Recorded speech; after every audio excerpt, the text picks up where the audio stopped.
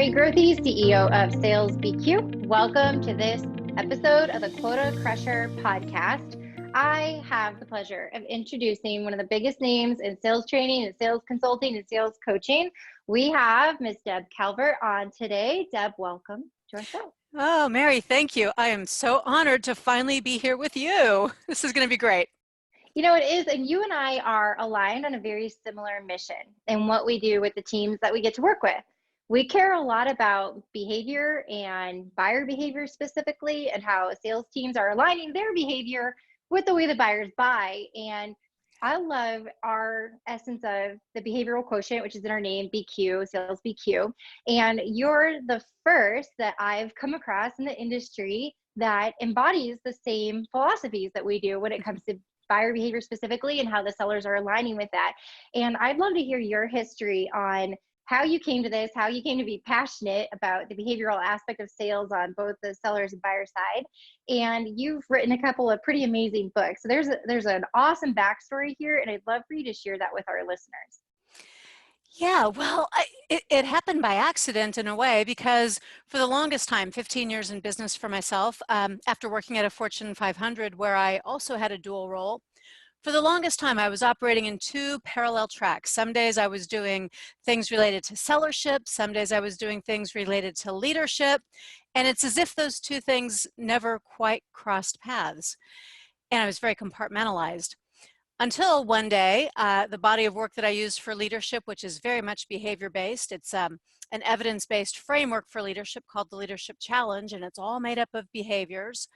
It just occurred to me, I wondered what would happen if sellers adopted these behaviors that we know make leaders more effective. So I took that to the authors of the Leadership Challenge, and they've been doing this research globally for over 35 years. They're researchers, academics, and authors, and they were intrigued. So we launched a huge research project with B2B buyers, and we were asking them, for each one of these 30 very specific discrete behaviors, if a seller exhibited this behavior more frequently, would you be more likely to buy from that seller? Would you be more likely to even meet with that seller? And we also, before that, even we asked, what's the average frequency you see now in each of these behaviors, and what would be the ideal frequency? So what was really cool about the research is that for every one of those 30 behaviors that are more associated with leadership, every single buyer in the study wanted higher levels of frequency in every single one of those behaviors. And every single person in that study also said, yes, I would. If somebody demonstrated that behavior, each one of the 30, more frequently, yes, I would be more likely to meet with and more likely to buy from that person. So we knew we were onto something. Then we had to go do seller side research. Then we wrote a book. Incredible. I love that this is so data backed, because it's not just an opinion. And we love saying here, opinions are valuable, but data is priceless. And I can't wait to hear. I want you to dig into it. So can you give us insight into one or two of those behaviors that just came back from the seller's research or the buyer's research that, hey, if my salesperson did this or this more frequently, this would make me more. Absolutely. Now, those are grouped into the 5 practices of exemplary leadership, but I'm going to go straight to the practice out of the 5 that had the most emphatic buyer response. They wanted all of them, they liked all of them, but grouped underneath a category called enable others to act, there are 6 behaviors, and these are the ones that buyers preferred relative to all the rest of them. And one of those, the one that came out at the top, is that buyers want sellers to engage in two-way dialogue. They don't want it to be feeling like a survey, a diagnostic sit down when they have a needs analysis or a discovery with you. They want there to be more back and forth in two-way dialogue. And they want, in fact, they demand that sellers answer their questions when the question is asked, not when it's convenient, despite what you might have heard that you're never supposed to answer the price question too soon. Buyers, they're savvy. And it plants a little seed of mistrust if we duck or dodge their questions. So that's one really big one that's surprising to a lot of salespeople. Okay, I love this conversation, and I'm so thankful for you right now that this is the message that you're spreading to the teams that you work with, because it echoes what we say too. And I know there are proven methodologies out there and so many sales traders that have done their own research, and they're very passionate about the way that they teach things as well. And there's 1,000 different ways to go about selling something, but I have found the same to be true with what you just said. One of the things that we're passionate about teaching is aligning your selling style with your buyer's buying style. And when you look at how an individual specific buyer, because they're all very different, wants to buy, and you can tell in the way that their line of questioning, you can tell by their body language, you can tell by their tonality, their word choice, you can tell by how conversational they are or are not. And if you're great with your awareness and reading this person, you know how to pivot and stay to what's the toe step whatever the saying is, but stay whatever the saying is with them. And one of the biggest pieces is the price question. So I had 8 years selling B2B mid-market SaaS sales coupled with a service, and I sold to CFOs. I also sold to VPs of HR. The conversations look completely different. Yes, they have very different needs. So different. The CFO could not progress in a conversation with me until they had an idea of the budget range. Mm-hmm. That's their day in the life. It's their job. It's what consumes them, not just in their 8 to 5, it's how they're wired. It's how they process information. It's how they make decisions. It's how they can progress in the stages of the conversation. And when a salesperson's been coached or trained to withhold or the information or use the great comeback, well, gosh, I wouldn't even know what to quote you until we yada, yada, yada, and go through this process. And I don't know if you need the Cadillac or if you need the Toyota. And I get all that. And there's a time and place for that. But I've had success hitting the CFO. I know my price book. I know what it's going to cost. And I'm a wicked smart salesperson. So by the time I'm meeting with the CFO anyway, I've done enough due diligence and I have an idea of what I'm going to be selling them. And when they bring that back to me, I'll say, and maybe I don't know enough, but I'll put the caveat in there and let them know, don't hold me to this because we haven't gone far enough into the process that I can give you exact pennies, but you're going to be somewhere between $20,000 and $30,000. Is it worth it for us to continue the conversation, or do we need to pause and look at alternate options? And just bringing that up and giving them a range, it's like all of a sudden, emotionally, physically, mentally, like everything changes. Yes, indeed. And you can progress. And you've just dignified that individual instead of making them feel like they were out of place or out of time somehow. It's really important. So great. I love that. So so you have 2 books. The one is about Discover questions, and that one came out 2013. Is that right? It is already 7 years ago, and yet it still remains a bestseller, and it's selling more today than it did 3 years ago. So it's all good. And who does this book cater to? So I'm going to I have not read it, and I'm going to just take a guess that it has something to do with questions in the discovery process. And so tell us a little bit about this book, and really more people are consuming it today than they did previously. Who do you think is learning the most and getting the most out of this book? How is it changing the way that they're selling? So Discover is an acronym. Each letter stands for one of the 8 purposes of asking questions. After 20 years of field research with over 10,000 salespeople in the field, I was looking for, the longest time I was looking for a 9th purpose for asking questions, because I had it in my head, I wanted to get the word discovery. And then finally one day I went, wait a minute, discover's a word. I'm done. Let me write the book now. So I always challenge people, if nothing fits, if there is truly a 9th purpose, let me know, because I'm up to changing it if we need to. But that's been over 10 years, and we've never found anything but the 8 purposes for asking questions in sales or in any other part of life. So when you know the 8 purposes, you get to mix it up, because most salespeople only ask questions for 3 or 4 reasons, which leaves a whole lot of unmined type of information that you can get to efficiently and be really effective with. The people who tend to get the most out of this book are, I'm going to go to 2 groups. Salespeople who are relatively new, and I didn't expect that when I wrote the book, but I do have some fundamentals in the beginning of the book and some thoughts about building rapport right off the bat and making sure that your intent to serve a customer is going to steer you the right direction. So that seems to be really good for people who are new or not fully confident in selling. And then the other group of people that I never expected is business owners, because they don't want to be salespeople, but they figure out that they have to sell something or know how to sell something. So this book seems to help fill that gap for them. But yeah, it's been great for SDRs. It's been good for senior level complex sellers. It's pretty universal, and it was written to be that way. Just Discover, we position it as a tower. We call it the tower of power. Any sales process can sit on top of it and be a little higher. We can elevate. That's incredible. So it's officially on our list. As a company, we do book club. My team does book club, and we pick a book. So it's on our list. And when we find those books that we love, we make it required reading for the salespeople that we get to work with. And so I already love it, and I haven't even cracked it open, but I love what you put together. I just feel like that simplicity that people can come up with an understanding of how to restructure a conversation. I love aligning the fact that you have these discover questions, not just for sales, but also for leadership. It's great for business owners, but it also aligns with it you were talking about on the first part of this podcast, is when you look at how the buyer wants to interact in the sales conversation, they want a conversation. They don't want one-way dialogue. And so I think that the two probably go hand in hand in making that sales conversation even better. So I'm very excited to jump in on that. Yeah, what I call it as a contrast is the old school is diagnostic. Just like a doctor, you go in and they ask you maybe 3 questions and they're in a hurry to write out that prescription. They're just looking for the opening. And that isn't what buyers want, just like we don't want it when we're sitting there in the doctor's office with 3 other things we'd like to talk about. So the contrast to that is that it's a dialogic process. Your discovery process is a 2-way dialogue where you engage and involve the buyer more. You let them feel like they then have a part in creating the insights that come and later the solution that comes. And, they're saying yes before you even ask the question if you get that involved.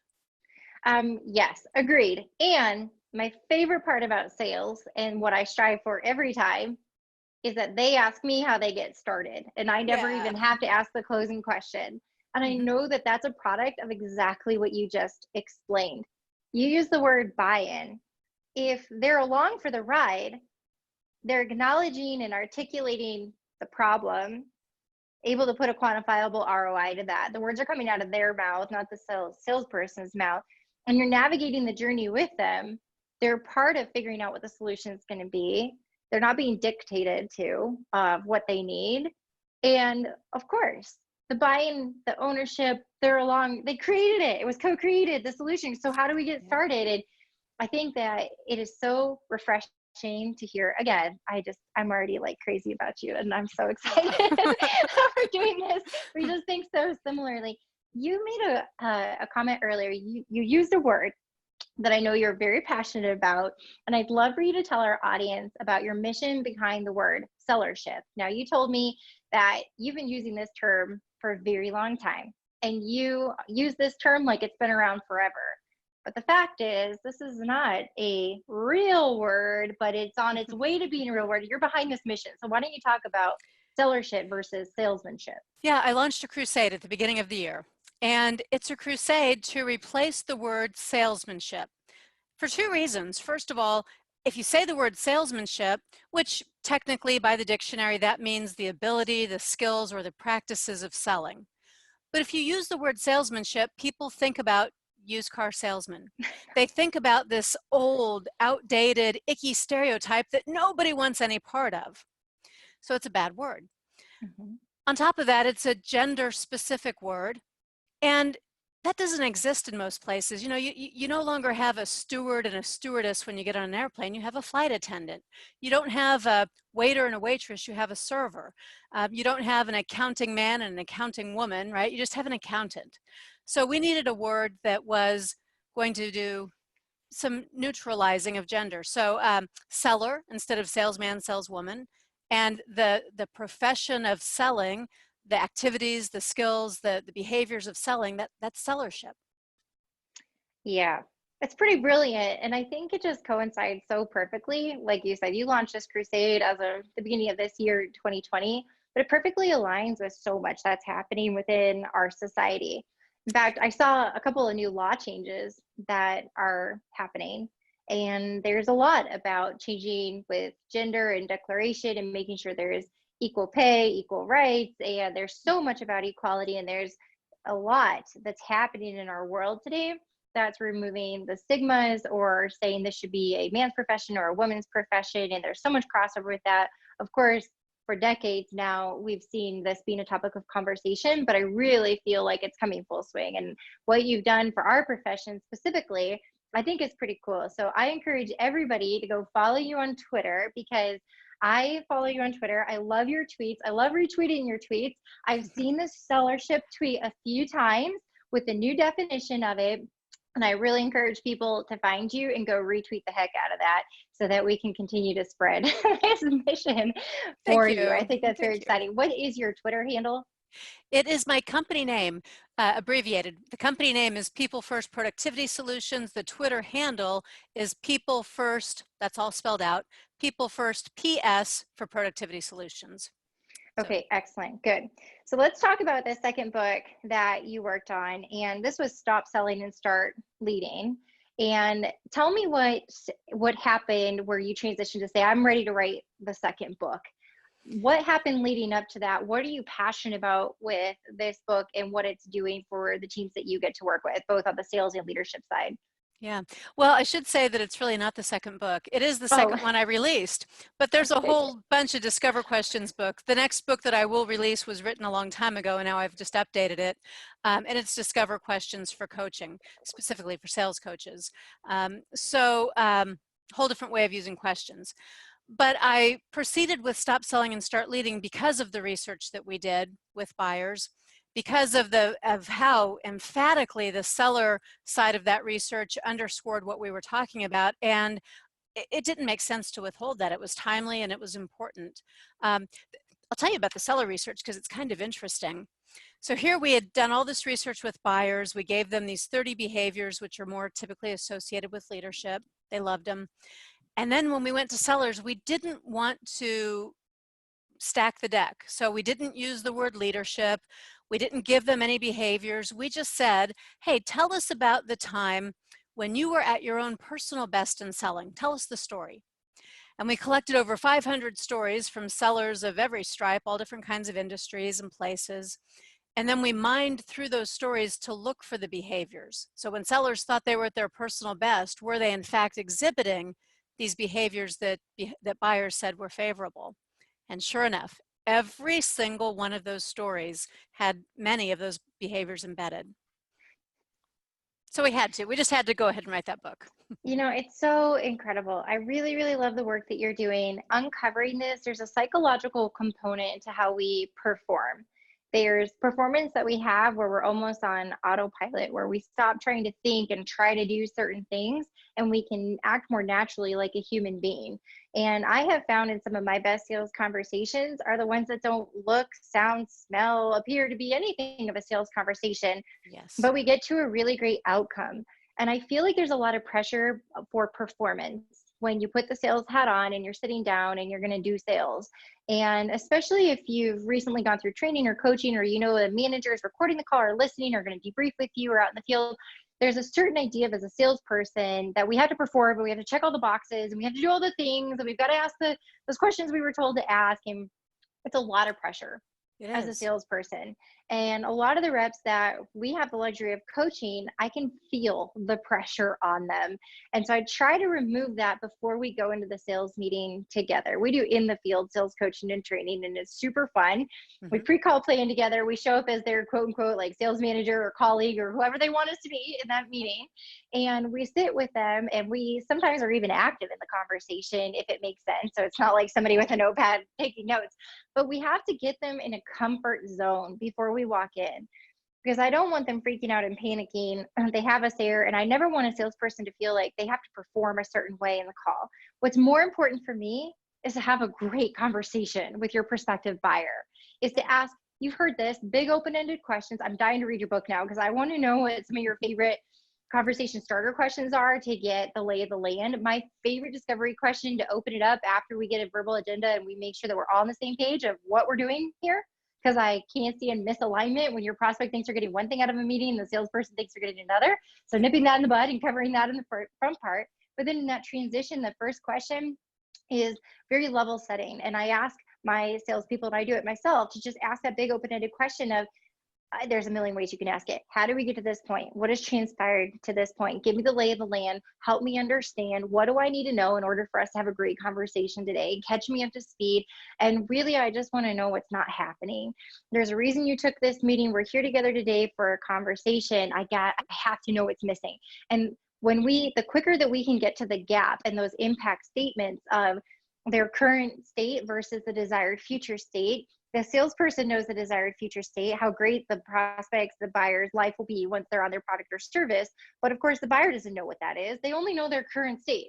And so the salesperson getting them to open up as much as possible of that current state and divulge all the details and really dig into them and really create profound conversation, come to conclusions, diagnose, get your root cause, use a different word than diagnose, but get your root cause, and then get on their sidewalk.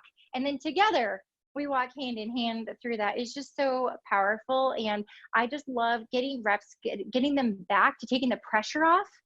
Yeah. And just have a conversation with the person that you're meeting with. It's amazing what you human beings can do together. So in a conversation. I do work that's very similar to yours, Mary, and especially a few years back, I got to do a lot more in-field than I unfortunately am able to do right now. I miss it. But going out on calls with sales reps, whenever I saw that uptight or those got to make a sale kind of pressures, because you can read them if you know what to look for, right? You can read them, and so can a buyer.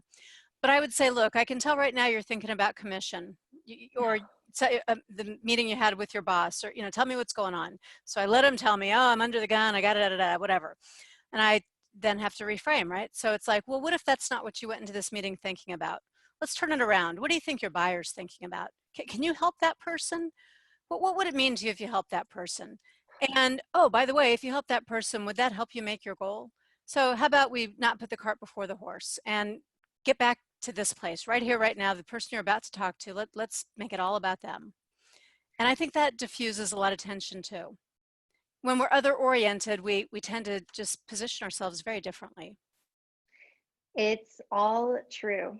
And I can't wait for people to listen to this and just embrace what you and I are talking about. We've done this so much. You and I, I'm sure combined, have had the privilege of listening or being a part of thousands of hours of sales meetings. And absolutely. Combining this knowledge, if our audience and our listeners today can take away anything, is to slow it down. And you've got to bring the human back in these conversations. Take your agenda out of it. There's nothing wrong with following a process. There's nothing wrong with ensuring that you're asking those key questions and you're making sure that you're building a really great case. But my big takeaways from today are do that with your prospect.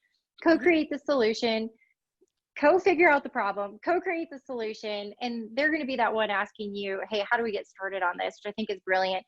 You gave our audience 2 amazing books that I highly recommend that they read. I will also be reading them, and also they'll be following you on Twitter. What else do you want our audience and listeners to know about you? And if there's something else on that, how do they get in touch with you? Ooh, I love it when people email me or stay in touch with me, LinkedIn, wherever, however you want to be in touch.